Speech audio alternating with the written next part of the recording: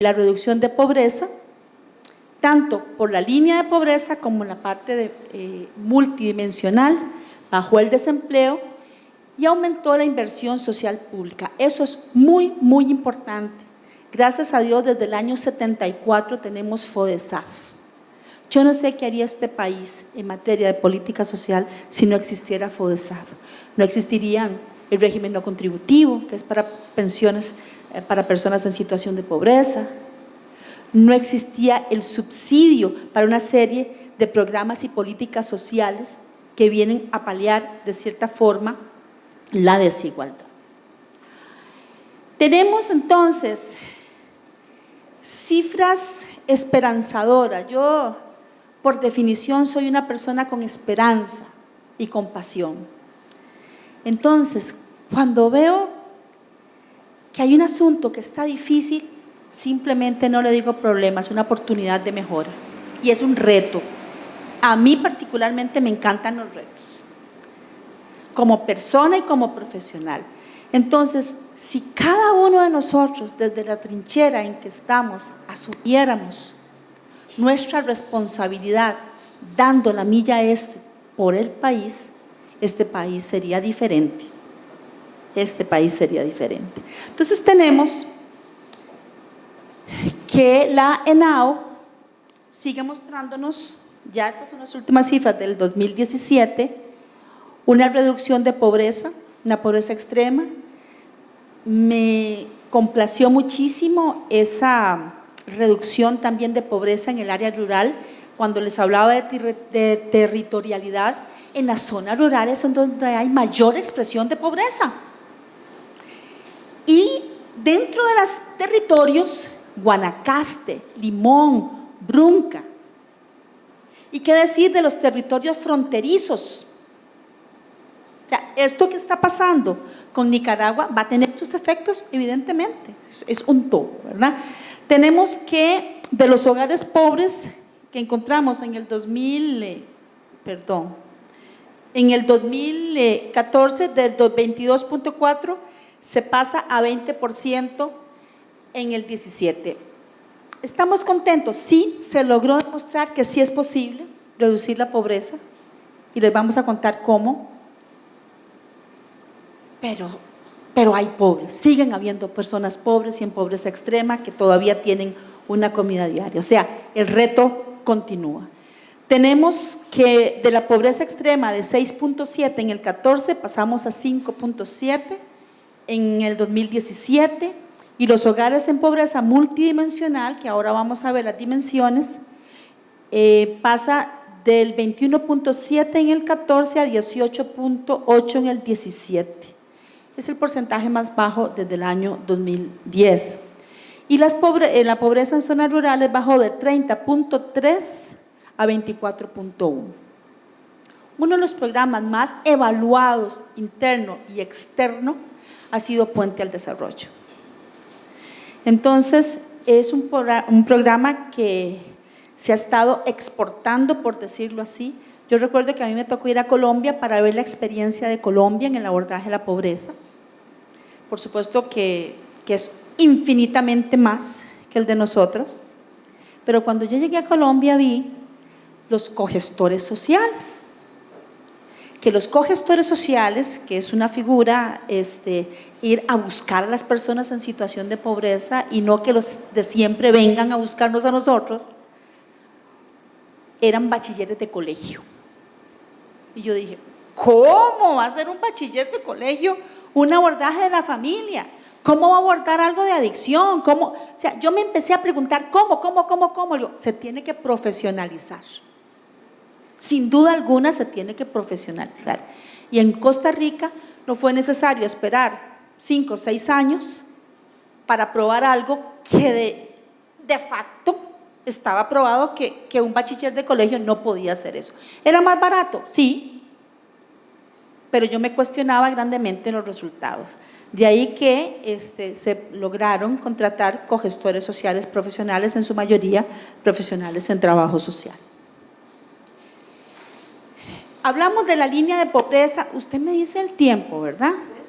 No, porque después se me duerme. Hablamos de la línea de pobreza, que es por ingresos, es una forma de medir pobreza. Pero les hablé de que la pobreza tiene rostros, ¿verdad? Y teníamos que ver esos rostros y esas aristas. Y nosotros en un tiempo récord, en un año, logramos crear el índice de pobreza multidimensional. ¿Cuál es el propósito? Desarrollar esa medición complementaria con la medición de pobreza por insuficiencia de ingresos, que dé seguimiento a la situación de pobreza en el país, visualizar los efectos de la política social, y también es un mecanismo de rendición de cuenta por parte de los ejecutores de la política social. La idea hacia donde se va es que los presupuestos que se generen en materia de política social dirigidos a pobreza sean basados sobre los datos recogidos en esa materia. ¿Cuáles son las dimensiones para Costa Rica? Tenemos 5 dimensiones. Les dije que no todos los índices son iguales. Ahora les voy a decir, en educación, ¿qué estamos midiendo nosotros en Costa Rica? Estamos midiendo no asistencia a la educación regular, rezago educativo, sin logro de bachillerato y bajo desarrollo de capital humano. Esos son los indicadores que se tienen para medir en pobreza. En salud, ¿qué estamos midiendo? Sin seguro de salud, sin servicio de agua, sin eliminación discreta y sin eliminación de basura. Eso es lo que nosotros tenemos. En vivienda estamos midiendo mal estado de techo y piso, mal estado de paredes exteriores, hacinamiento, y vean qué interesante. Nosotros en Costa Rica estamos midiendo el acceso a internet. En otros países eso está a años luz. Nosotros vean que sí tenemos, porque hay una cosa importantísima. Hubo visionarios y visionarias en la década del 40 y en la década del 50. Crearon un estado de bienestar. Fueron realmente visionarios con el aparataje institucional que tenemos. La Caja Costarricense del Seguro Social en el año 42, por ejemplo, el ICE. Entonces, todo eso nos creó una plataforma para ser diferentes a muchos países de la región, pero no podemos seguir viviendo las glorias pasadas. La realidad ha cambiado y eso implica una reconstrucción y una revisión de la política social de cara a los emergentes que tenemos en este momento. Y figúrense que Costa Rica, entonces, un indicador de pobreza es acceso o no a internet. Por eso es que existe el programa Hogares Conectados, dirigido a personas en situación de pobreza extrema, donde se le da acceso a computadora y acceso a la conectividad. ¿Por qué? Porque en este momento la educación está muy vinculada con la parte tecnológica. En el trabajo que estamos midiendo, desempleo de larga duración, incumplimiento de salario mínimo, incumplimiento de otros derechos laborales y empleo independiente y formal. En protección social, vean qué interesante, nosotros estamos midiendo cuido. El no cuido es generador de pobreza. Hay muchísimas mujeres que no pueden insertarse en el mercado laboral porque no tienen quienes atiendan a sus hijos e hijas. Y si, por ejemplo, es ese círculo perverso, y no me deja mentir mi querida Rocío, y eso hemos estado luchando por modificarlo y yo espero que se modifique. Se te castiga porque no sos pobre y no puedes tener acceso a la red de cuidado. Entonces, ¿cuál es la paradoja? Me supero, ya tengo un salario de unos 300,000 colones, 350,000, no, ya no calificó, ya el IMAS, y que amo al IMAS, no puede darle eso porque se sale de la pobreza extrema y del rango de la FIS, ¿cierto? Entonces es perverso. Estamos buscando la universalización de la red de cuidado. Desde su génesis, pues, el componente fundamental viene de FODESAF. Y como es de FODESAF, única y exclusivamente pueden destinarse los fondos para personas en situación de pobreza extrema. Si en Limas estaría sujeto a incumplimientos por parte de la Contraloría. Vean lo perverso muchas veces del sistema. Entonces tenemos que buscar el remozar y dar lo que corresponde un nuevo rostro a la Red Nacional de Cuidado. Entonces vean, primera infancia sin cuidado, personas adultas mayores sin pensión, personas con discapacidad sin transferencias y fuerza laboral por razones familiares fuera de la fuerza laboral. Es exactamente los que tienen problemas de cuidado. ¿Cómo definimos esto?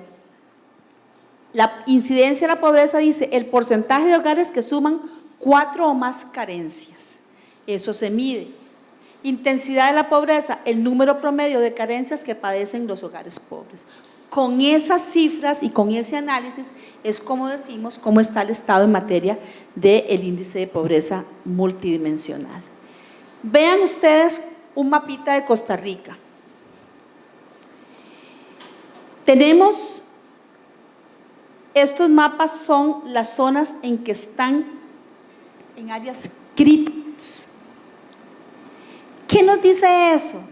Antes íbamos casi por convicción, ahora vamos por convicción, pero estos son nuestros instrumentos de vuelo. Ahora les voy a comentar cuáles son los instrumentos de vuelo para nosotros poder llegar donde realmente la pobreza está. Lo rojo obviamente huele a peligro, sin duda alguna. Ahí tenemos problemas importantes y todo lo que conllevan las situaciones de pobreza. ¿Cómo está la pobreza multidimensional? Ya con los datos. Vemos que la pobreza llegó en el 17 a 31.4, a 18.8, el total del país y 14.1 la urbana. Siempre sigue teniendo problemas la pobreza en la zona rural. Otro aspecto importante es, no sé si han oído la Agenda 2030 de los Objetivos de Desarrollo Sostenible. ¿La han oído? Bueno, en materia social, en materia económica y en materia ambiental, esa es la hoja de ruta. Como dirían mis hijos, quien no esté con los ODS no está en nada. Así de sencillo. ¿Por qué? Porque existe una secretaría técnica que se ubica en el Ministerio de Planificación que le ha dicho a las instituciones, nosotros tenemos que cumplir porque nos evalúan los objetivos de la Agenda 2030 y cada institución debe ir alineada. Yo regreso a la Caja, ahora yo soy la jefa nacional de Trabajo Social de la Caja en Salud, ¿y qué me encuentro?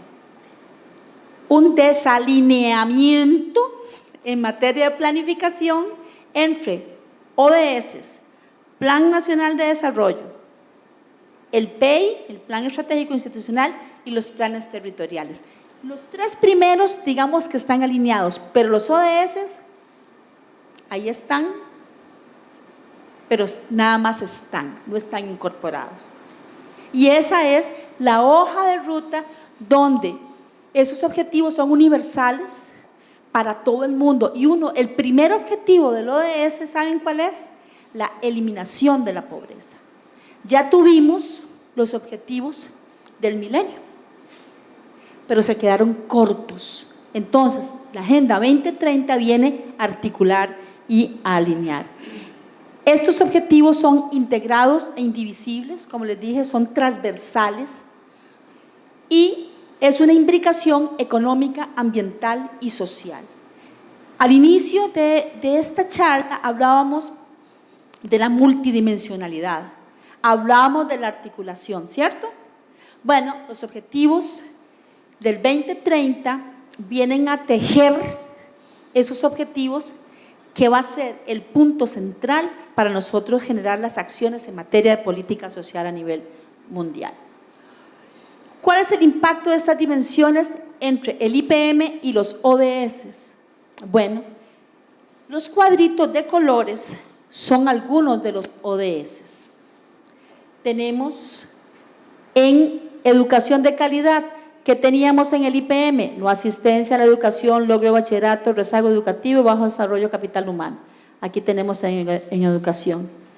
Aquí tenemos industrialización, infraestructura uso de internet. En salud, sin seguro de salud, salud y bienestar.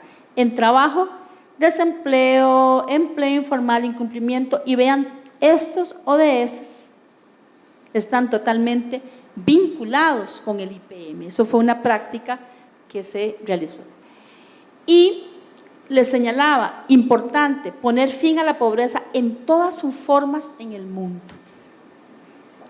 Eso es la utopía hacia donde nosotros nos debemos orientar. Y la utopía no es algo que no se va a cumplir, es mi horizonte. Cuando yo salgo de mi casa y cuando ustedes salen de su casa, llevan una ruta, ¿verdad? ¿Cierto? ¿O no? O van para el trabajo, o van para la U, o van para donde sea, pero llevan una ruta, no se pierden.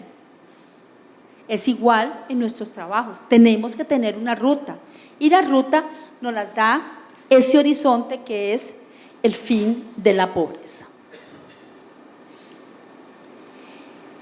Puente al Desarrollo fue la estrategia que la administración Solís Rivera definió para el abordaje de la pobreza extrema,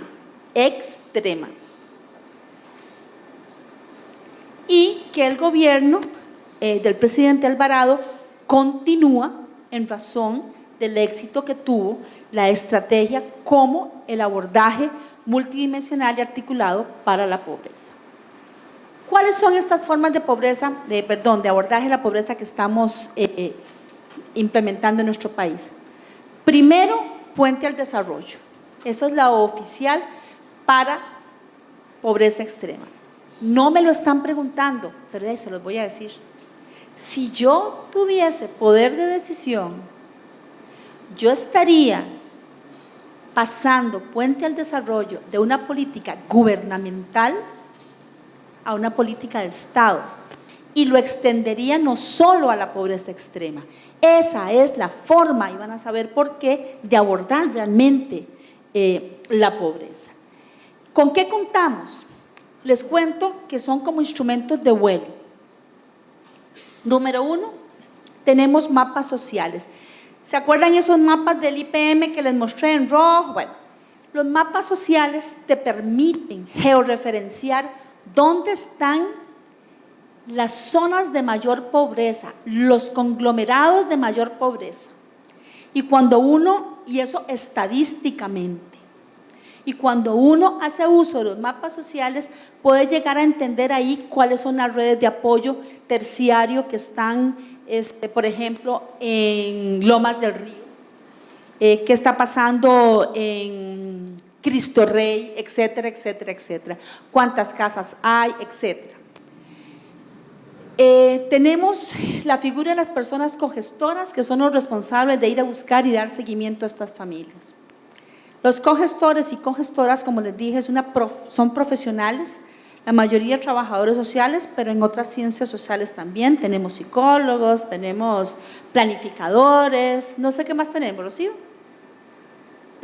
Sociólogos también. Entonces, se les asigna un número, en este momento puede modificarse, pero se les asigna un número de 174 familias según la región. Esas personas tienen que trabajar con esas 174 familias. ¿De qué manera? A partir de sus necesidades y con una cartilla donde puede hacerse un diagnóstico de qué pasa con esas familias y a la vez un plan de intervención familiar con logros concretos que se cumplen en un periodo de 2 años. Ese periodo está ampliándose. Durante ese periodo se les asigna una asistencia social. ¿Qué pasa? Ustedes podrían ir, les pregunto, a una charla, a un grupo con el estómago vacío.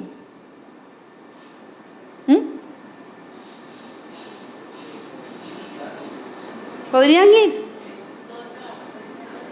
¿Cómo?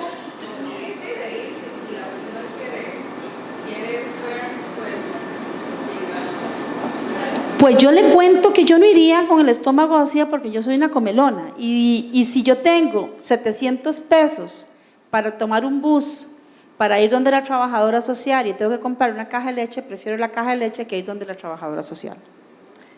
Eso en la realidad.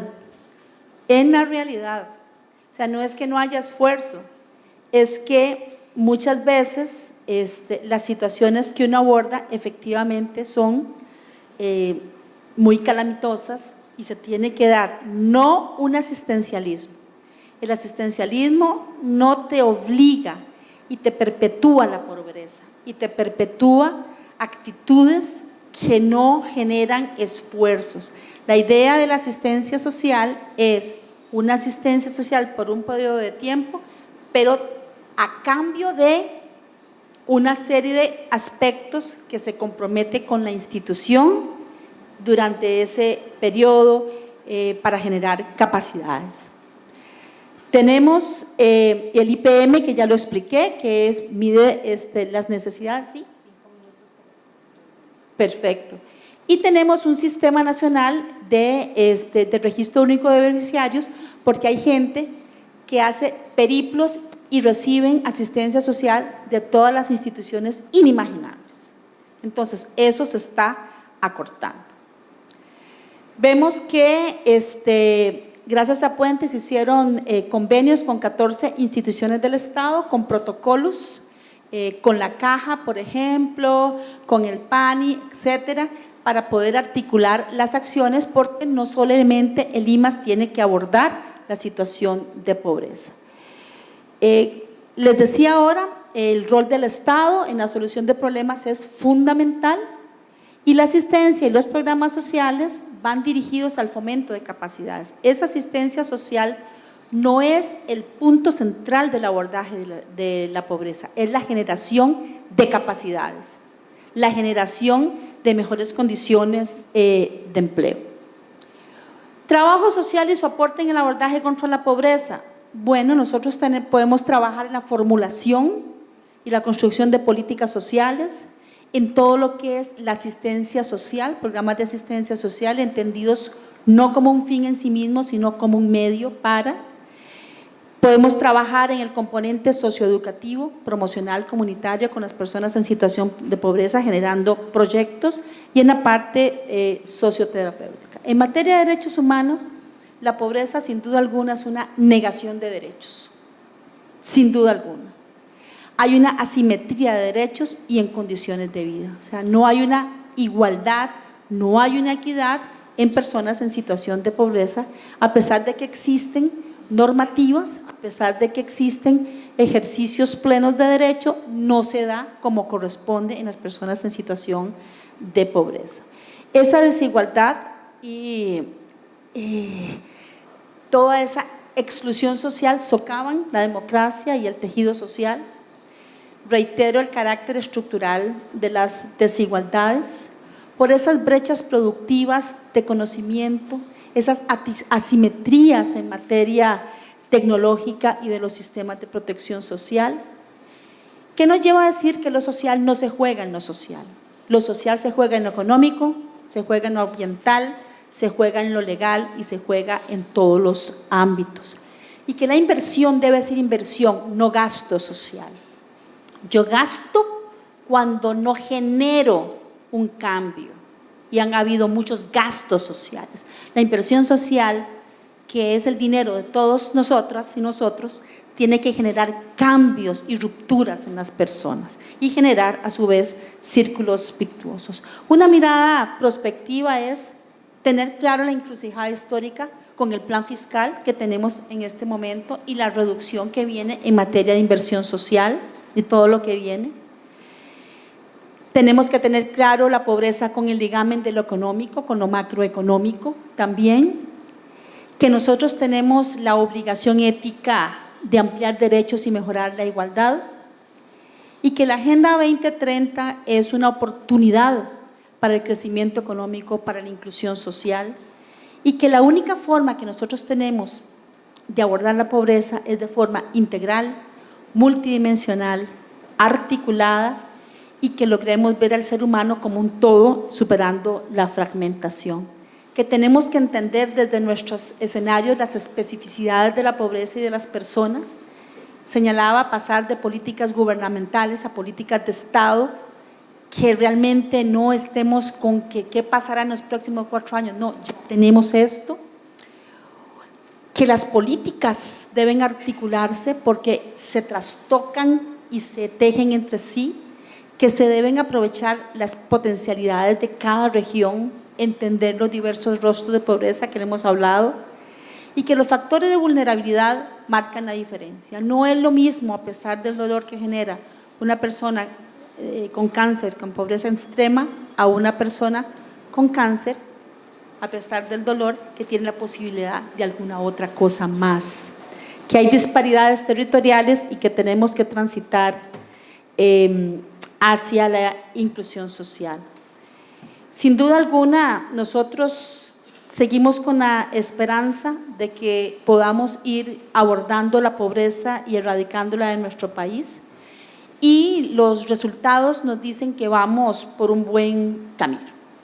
Yo quisiera agradecer la atención de ustedes y estoy a la orden para cualquier pregunta y para ampliar cualquier aspecto que ustedes así lo tengan. Voy a pedirle a los compañeros de audio que por favor tengan los micrófonos listos. Vamos a tener un periodo de preguntas. Acá ya tenemos las primeras, ya vamos a traer los micrófonos para que usted, y usted también, qué bueno, así me gusta, que pregunten bastante. Cuando tenemos la posibilidad de tener una magistral conferencia, tenemos que aprovechar y exprimir ese conocimiento. Doctora, las preguntas. Hola, muchas gracias por la presentación aquí. Estuvo muy bonita. Tenía una duda con respecto a programas como Avance. Estos programas se ha demostrado que no han sido evaluados de la manera que tienen que ser evaluados y que no están cumpliendo con los objetivos que se planeaba que tuvieran. Es importante mantener estos programas y modificarlos para que coincidan con proyectos como los que plantean los Objetivos de Desarrollo Sostenible, o es mejor borrón, cuenta nueva, planear proyectos de política pública completamente diferentes y nuevos. Bueno, viene que una de las críticas más grandes de Avancemos he sido yo. Sin embargo, en estos 4 años aprendí a conocer Avancemos desde otra perspectiva. Coincido plenamente con usted de que el Avancemos, si bien es una transferencia monetaria que nos permite mantener, y la condicionada es que nos permite mantener al adolescente dentro del sistema escolar, tiene sí o sí que ser acompañado por todo un proceso de seguimiento que en este momento no se da. El día, y hay un programa maravilloso de una ONG que se llama Fundamentes, no sé si lo han escuchado, es una belleza. Yo pienso que ese es el complemento maravilloso, o sea, ahí han logrado en 8 años que ni una sola adolescente salga embarazada. Están trabajando en pavas, están trabajando en los lugares de mayor vulnerabilidad, y entonces, si lográramos extender ese Fundamentes para las personas en Avancemos, sería maravilloso, sumado a esa evaluación que tiene que ser y sumado al seguimiento. Les cuento que Avancemos a mí me pareció muy bien porque se amplió. Antes, ahora ya no tiene límite de edad. Si alguien quiere a los 45 años estudiar y terminar su secundaria, no hay problema. Pero entonces, sí tiene razón usted, no creo que se pueda quitar. ¿Y por qué? Porque inclusive se está trabajando para que sea ley de la República, pero sí dentro de la ley se está contemplando esos aspectos que tienen que remozarse. Muy bien, vamos con la siguiente pregunta, la tenemos en esta área de acá, y luego a la otra señorita en la otra nave. Bueno, en primer lugar, agradecerle por la excelente presentación para abrirnos los ojos, tal vez, o ayudarnos en cuanto a la realidad social. Mi pregunta va dirigida como en cuanto a estas personas que usted menciona que están como precondicionadas a que se van a mantener en la pobreza, o como por ejemplo personas de 50, 60 años que tal vez no completaron sus estudios. ¿Cómo hace uno para trabajar con ellos? Tal vez porque a fin de cuentas, si cumplen sus estudios, digamos, ¿qué tan realista es que una persona de 60 años vaya a encontrar trabajo o sea, como todo este tema, digamos? Señalaba que el abordaje de la pobreza no es unidisciplinario, o sea, es a través de equipos y ciertamente, por ejemplo, siendo realista, porque a mí me encanta el principio de realidad. Ya a estas alturas del campeonato de mi vida, mejor principio de realidad. Entonces, ¿qué puedo hacer? Para mí, importante es que sepan que es posible modificar situaciones. De repente no va a ser que hay gente que ha ido a la universidad a los 80 años, pero bueno, también ofrecerle las oportunidades acordes a las posibilidades de esa persona. Se está trabajando también en las pequeñas empresas que no nazcan muertas, porque hay una serie de cosas que hacen que las empresas nazcan muertas, o por ejemplo, si se les ofrece cursos de capacitación de macramé, ¿quién ahora compra macramé, muchacha? Sí, hay que ver algo que realmente tenga salida. Entonces, no hay una receta, es que tenés que construirlo con la persona, pero lo más importante es romperles el chip de que es posible superar la situación. O sea, en la medida que nosotros, cada uno, rompamos ese chip que nos ata a situaciones que creemos que son imposibles de superar, ahí podemos dar el salto. ¿Cómo lo damos? El pulso es con la persona. Yo tengo personas que tienen esa edad y sí han entrado a la escuela, por ejemplo, porque eso les da autoestima. Podemos ver que hay personas que con eso de repente no han salido totalmente de la pobreza, pero han salido de situaciones de violencia. Se han dado cuenta de que están inmersas en una situación de violencia, que es una forma de atadura y de pobreza.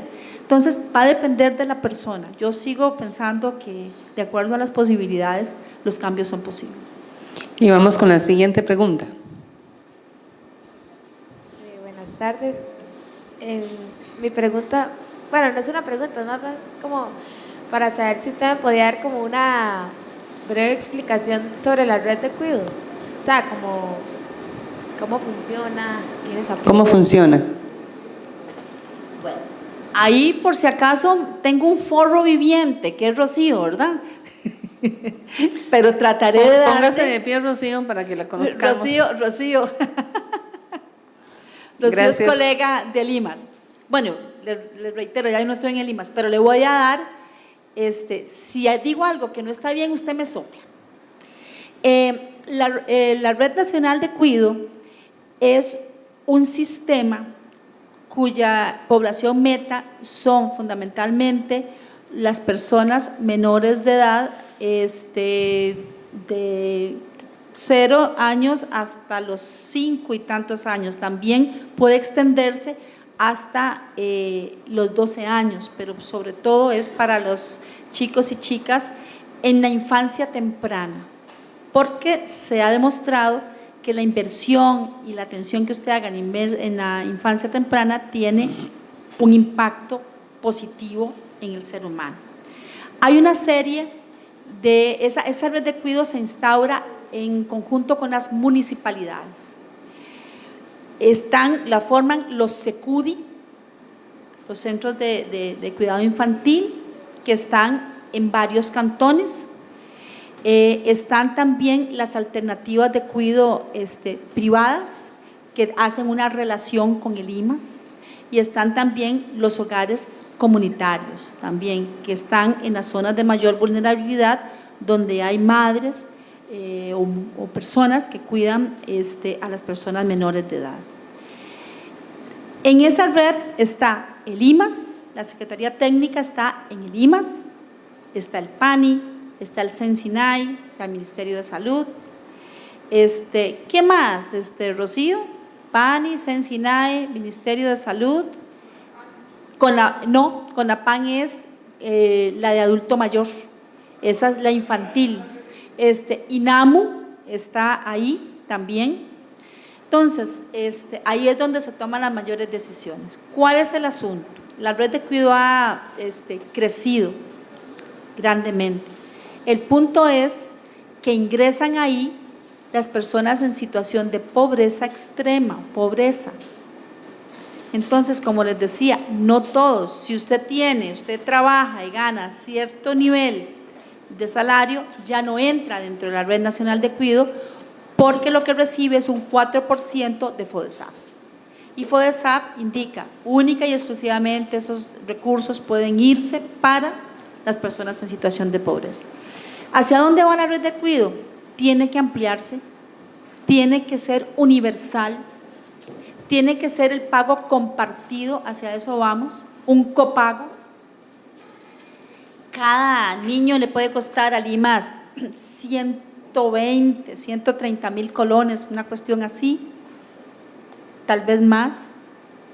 Entonces, hay gente que no tiene para pagar eso, pero entonces, si usted pudiese tener acceso a la red de cuidado, usted dice, bueno, mediante un estudio social usted paga 50 mil colones y el IMA le paga el resto. Entonces, hacia eso vamos, pero es algo que le permite dejar con seguridad a sus hijos e hijas cuando usted va a laborar. Muy bien, vamos a la última pregunta, si la desean hacer. ¿No hay más preguntas? Excelente, entonces vamos a agradecerle fuertemente con un aplauso a la doctora Ana Josefina Güell Durán su magnífica exposición, y le vamos a pedir por favor que nos acompañe a la toma de las fotografías oficiales para que todos quedemos lindos.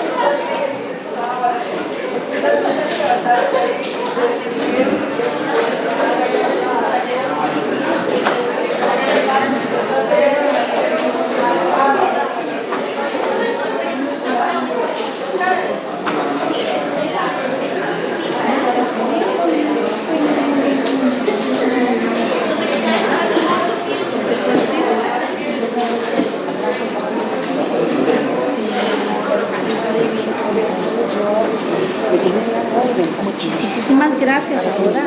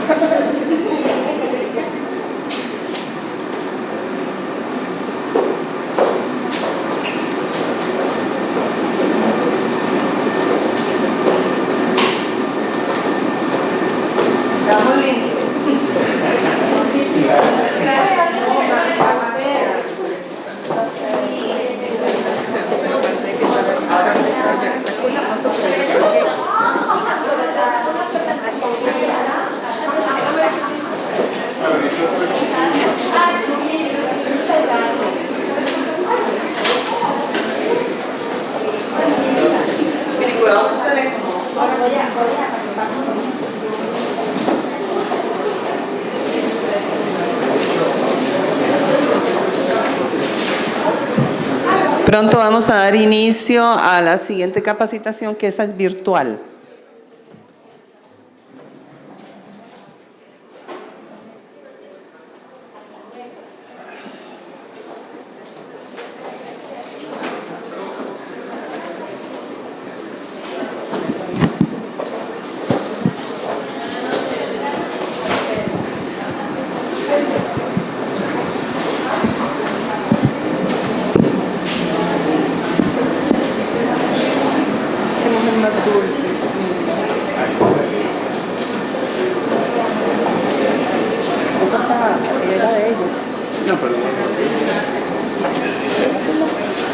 Bueno, falta el día. ¿Dónde está ella? Ya se fue. Vamos a pedirle a los compañeros de sonido que nos indiquen cuándo está lista la videoconferencia.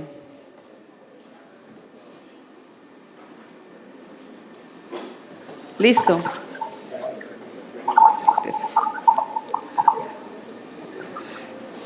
Excelente. Le voy a rogar entonces a todas las personas que están afuera del recinto que por favor ingresen. Vamos a la videoconferencia con la máster Clarita Ivonne Pérez. Ella es presidenta de la Red Mundial de Grafología de México, a quien con este aplauso también recibimos cariñosamente, agradeciendo su presencia.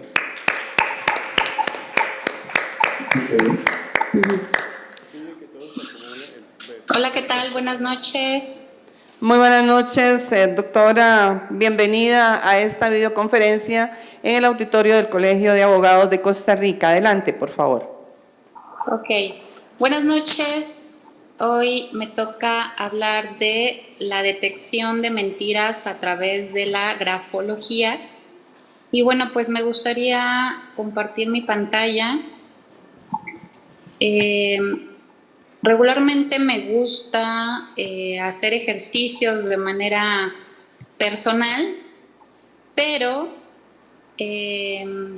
vamos a intentar hacer algunos ejercicios para, aunque sea así virtual. Lo único malo es que no los veo cuando comparto mi pantalla, pero si me dejan de escuchar, ¿me pueden avisar, por favor? Hola, hola. Hola, sí se ve bien, Josefina, sí se ve bien. Sí, es que casi no escucho, pero bueno, la pantalla compartida está, está inclinada más que nada del lado izquierdo porque, bueno, lo tenía para Zoom, pero bueno, no cambiamos un poquito, pero bueno. Les voy a hablar de lo que es la detección de mentiras. Yo soy grafóloga, presidenta de la Red Mundial de Grafología, que es hija de la Red Mundial de Conferencistas en Alemania.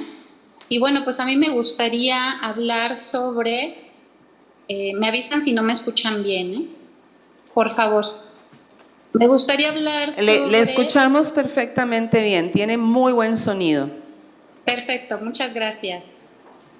Voy a hablar sobre la mentira. A veces nosotros quisiéramos ser adivinos para poder saber cuando alguien nos está mintiendo.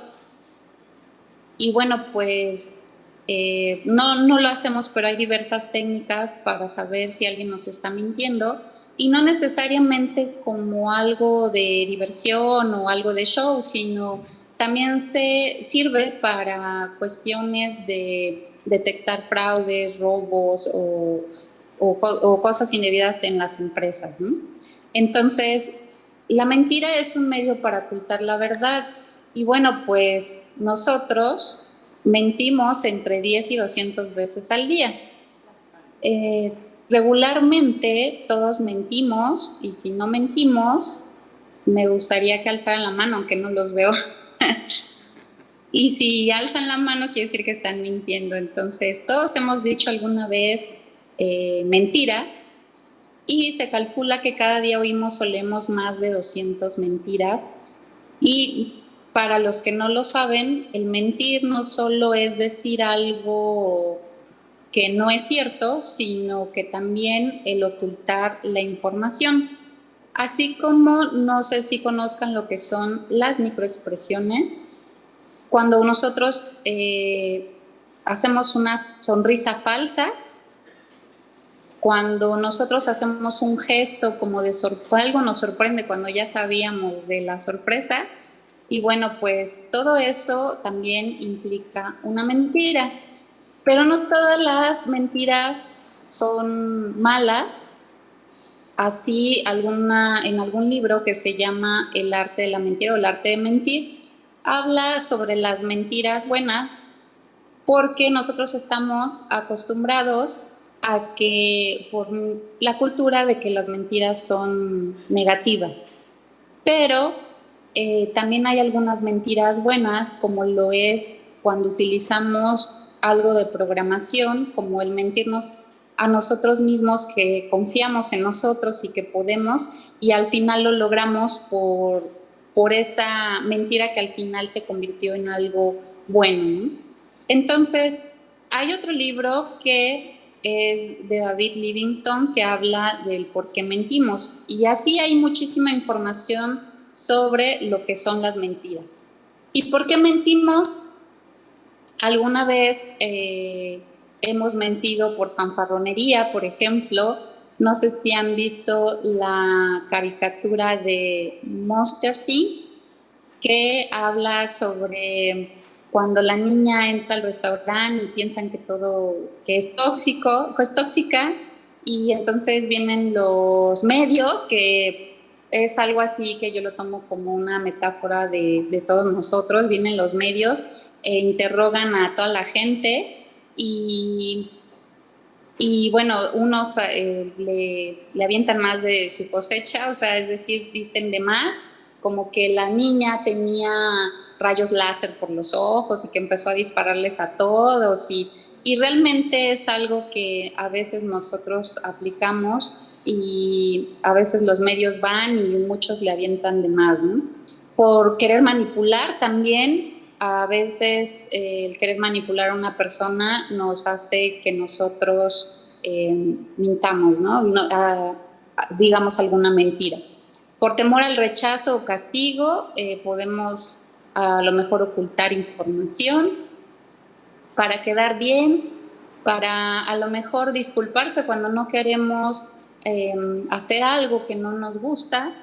Nos disculpamos e inventamos algo, ¿no? Como cuando éramos niños de, ay, me está hablando mi mamá, ¿no? Entonces, también para disculparse o no querer hacer algo que no queremos, ¿no? Y nos cuesta trabajo a veces decir que no. Para no perder ciertos derechos, para obtener lo que uno quiere, para postergar a veces decisiones, para dar una imagen mejor de sí mismo, que mucha gente le gusta como a lo mejor aumentar lo que es uno o los años que llevamos de trayectoria, y bueno, pues por eso a veces mentimos, entre otras cosas. Y bueno, pues en una investigación de la Universidad de Dakota del Norte apunta que las mujeres mienten más para proteger los sentimientos, o sea, que somos más lindas. No, no es cierto. Y bueno, mientras que los hombres mienten más para mejorar su imagen. Esto en un pequeño porcentaje, pero realmente la mentira es la mentira. Hay diversas técnicas que nosotros utilizamos.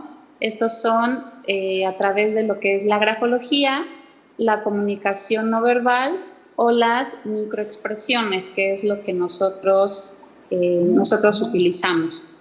Y bueno, pues nosotros en este momento vamos a hablar sobre lo que es las cuestiones de grafología. Ahorita no vamos a ver comunicación no verbal o microexpresiones, pero nos vamos a inclinar en lo que es la grafología. ¿Y qué es la grafología? Pues bueno, es el estudio de personalidad a través de los rasgos que se hacen los trazos que se hacen a la hora de escribir. Y a veces nos enfrentamos con que nosotros somos brujos, o leemos la mano, o adivinamos el futuro. A veces por los medios de comunicación que hacen show con esto y le quitan lo científico o le quitan la seriedad a lo que es la grafología. Y como alguna vez me han preguntado también si veo fantasmas y cosas así, y no, en realidad es algo que se estudia, es algo que se trabaja, algo que sí implica mucho esfuerzo realmente, y no es algo improvisado. Se llevan años de estudio y hay muchos investigadores que llevan años en esto de lo que es la grafología. A muchos piensan que es una disciplina, a veces es una ciencia. Lo que sí es que es una ciencia, utiliza lo que es el método científico Lo que pasa es que nosotros a veces transgiversamos la información y lo hacemos parecer como show o como adivinación. Es aquí donde pierde la seriedad y donde pierde lo científico. Y bueno, pues, ¿cómo es posible que nosotros a través de la escritura podamos ver la personalidad? Hay movimientos en el cerebro que hacen que nuestros músculos se muevan y hay movimientos que se les llama como inconscientes y es cuando nosotros, por ejemplo, a la hora de caminar, a la hora de mover nuestras manos, a la hora de sonreír, a la hora de respirar, a la hora de lo que sea que nosotros estemos haciendo movimientos, son movimientos inconscientes. El cerebro, si estuviera dando la orden de a poco, entonces seríamos como robots o nos veríamos como robots a la hora de caminar, como si el cerebro dijera, a ver, este pie derecho vas a ir a dar un paso hacia adelante y ahora pie izquierdo, y entonces sería un poco complicado. Así, yo los invito a que ustedes en el papel que tengan ahí enfrente, donde estén escribiendo, donde estén tomando nota, ustedes asienten su firma, pongan su firma. Si ustedes lo hacen, es de manera inconsciente, ya no lo hacen de manera consciente como lo hicieron cuando ustedes inventaron su firma, que a veces muchos lo hacían para copiar al trazo de la mamá o del papá o del amigo, y ahorita ya no lo están pensando, porque antes era, a ver, voy a poner la C de Clarita y la I de Ivono y la P de Pérez, ¿no? Entonces, o quiero este trazo porque me gusta cómo se ve en la firma de mi mamá o en la firma de mi papá. Entonces, ya no es de manera consciente, ya es de manera inconsciente. Así, si yo les hago un dictado en este momento, ustedes lo van a hacer de manera inconsciente, o sea, ya la escritura la hacen tan rápido, ya no están pensando.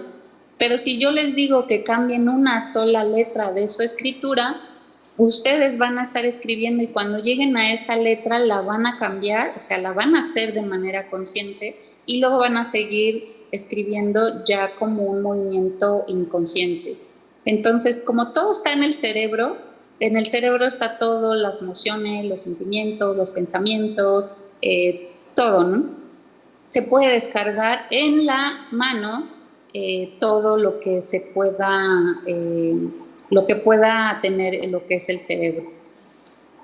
Utilizamos nosotros una escuela que se llama Simbólica, que habla de